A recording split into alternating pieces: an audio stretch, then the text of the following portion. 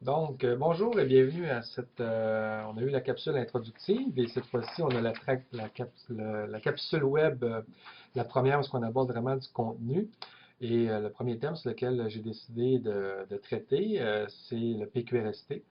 J'ai beaucoup de questions par rapport au PQRST chez l'aîné qui a de la comorbidité, l'aîné qui a une démence, qui a une maladie d'Alzheimer avancée. Est-ce qu'on fait quand même une histoire de santé?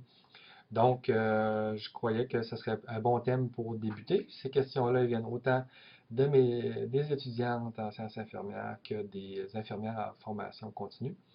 Donc, en espérant que cette courte capsule saura vous répondre à vos questions et vos interrogations. Donc, le plan de match, c'est un rappel du but du PQRST, où est-ce que ça se situe dans l'examen clinique.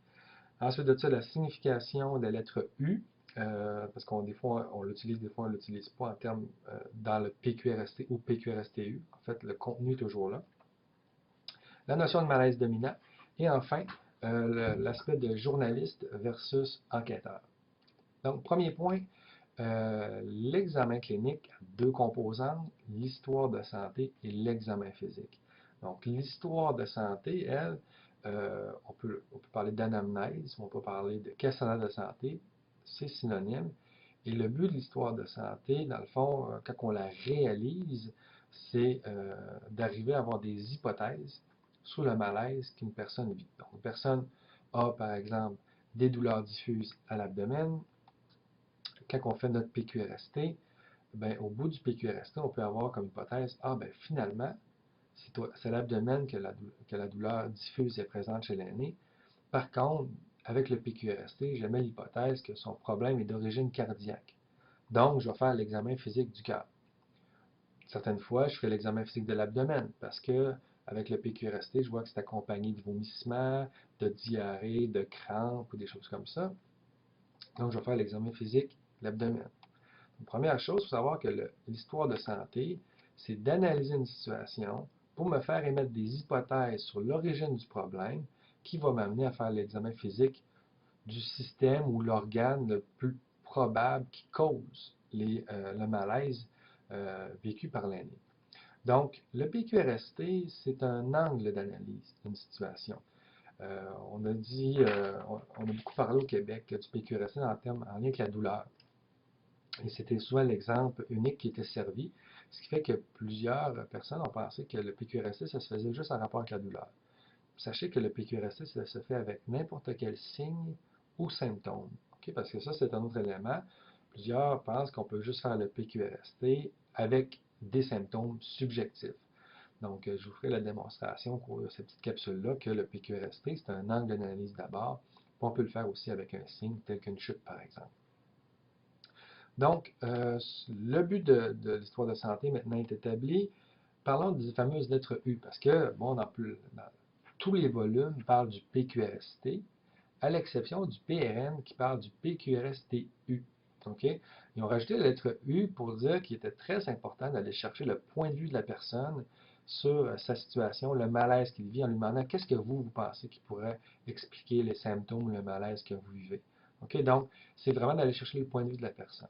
Sachez que dans le P, dans tous les livres, on dit dans le P, on doit dire qu'est-ce qui a provoqué. On doit aller chercher le point de vue de la personne. Vous, Madame Côté, qu'est-ce que vous pensez qui a provoqué votre malaise, vos étourdissements, vos maux de cœur, etc.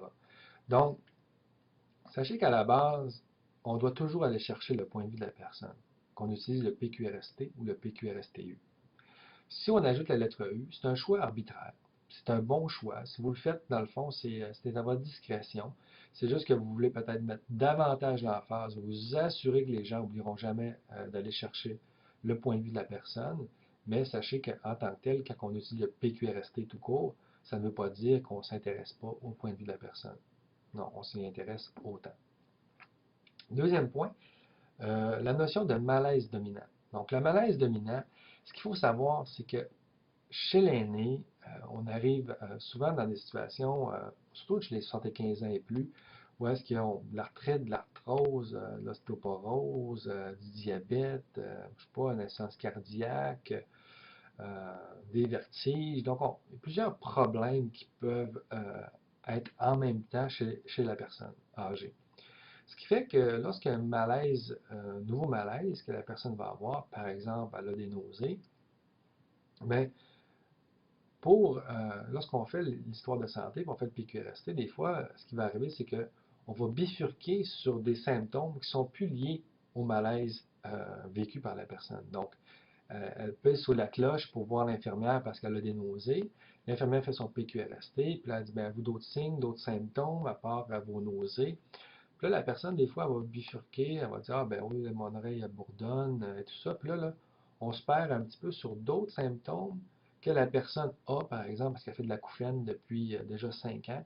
Mais là, elle va commencer à nous parler de ça. Puis là, l'infirmière perd un peu là, son fil conducteur dans son histoire, dans l'histoire de symptômes, donc dans son PQRST. Alors, c'est très important de toujours ramener la personne au malaise dominant. Donc, en rapport avec vos nausées, est-ce que vous avez des symptômes qui sont apparus durant cette même période-là, ou des symptômes, des malaises que vous avez qui ont augmenté en intensité? Donc, c'est pour ça qu'il faut toujours ramener ça au malaise dominant.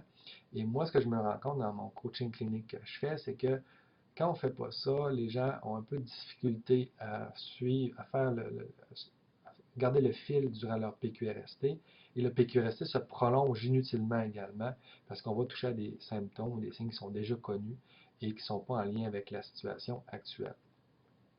L'autre élément qui aide en utilisant la notion de malaise dominant, c'est-à-dire la raison pour laquelle elle a sonné la cloche d'appel, elle vous a contacté ou autre, c'est qu'il ne faut jamais perdre de vue, dans le fond, le malaise dominant, mais avec nos lettres aussi. Parce que quand on pose la question, qu'est-ce qui aurait pu provoquer ça, par exemple, vos nausées, ben dans le fond, des fois, les gens vont dire, ah ben j'ai des étourdissements, puis là, on tombe sur des étourdissements, et là, l'infirmière va dire, ah ouais, est-ce qu'il y a des choses que vous faites que vous avez plus d'étourdissements?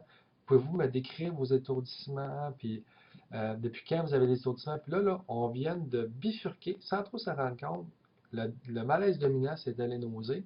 Puis là, tout à coup, l'infirmière est rendue sur les étourdissements.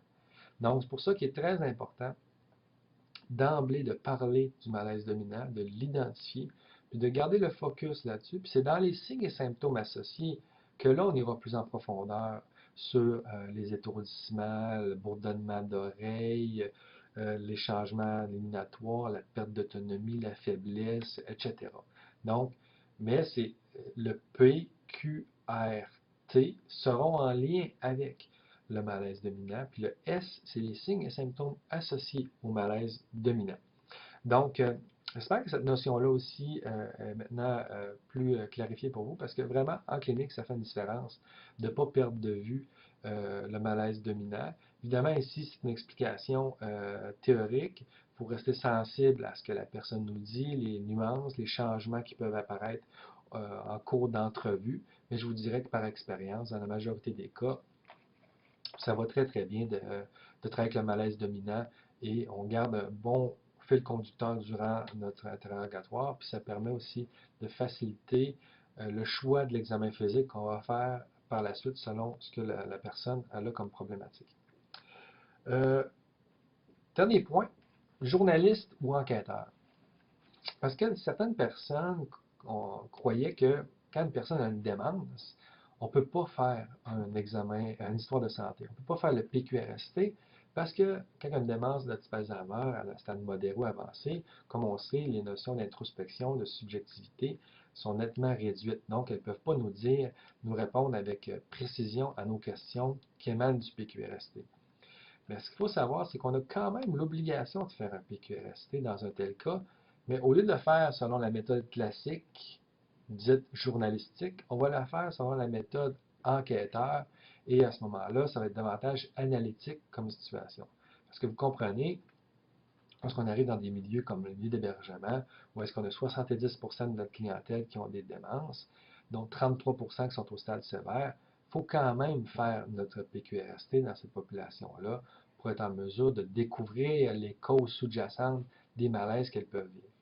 Donc, la méthode journalistique, si on prenait par exemple un signe, pour vous donner un exemple, des chutes. Bon, ben, si on prend la méthode journalistique, la personne elle a tombé, on va lui demander, bon, ben, qu'est-ce que vous pensez qui a provoqué votre chute? Est-ce qu'il y a des choses différentes que vous avez fait, qui vous ont fait perdre l'équilibre, que vous avez tombé? Qu'est-ce que vous faites habituellement pour préserver votre équilibre et éviter de chuter? Donc, les mesures palliatives. Donc, on pose des questions à la personne, elle nous répond.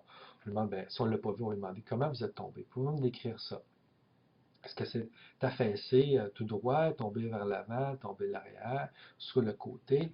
Tout ça, c'est des éléments importants à noter parce que certaines chutes, on va les associer dans des cas de maladie de Parkinson, démence accordée Lewis, kinésie tardive, d'autres chutes plus à des AVC, d'autres chutes plus à des syncopes. Donc, d'aller chercher cette information-là est très importante. On va la quantifier, la chute aussi, donc, c'est-à-dire, on va nommer quelles sont les conséquences de la chute. Donc, ça, c'est toutes des. Vous voyez, là, j'étais en mode de journalistique, là, ce que je lui demande. Je vais lui demander, au moment de votre chute, là, est-ce que vous aviez d'autres signes, d'autres symptômes qui sont apparus? C'est elle qui me répond. Après ça, est-ce que c'est votre première chute? Est-ce que vous chutez souvent? À quelle fréquence? Alors, je suis dans le T. Puis, vous voyez, comme dans ce cas d'une chute, le R, c'est non applicable, donc on ne pose pas de questions à ce niveau-là.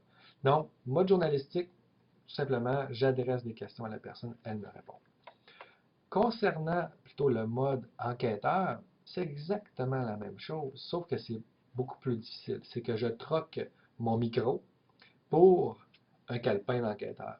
Ça veut dire que cette fois-ci, je vais me poser la question, la personne elle a chuté, OK, c'est rapporté par un membre de la famille, ou alors c'est en milieu clinique, et les préposés ont été témoins de ça, ou des infirmières auxiliaires, ou moi-même, ou bon, elle a été trouvée dans sa chambre, seule, affaissée sur le sol.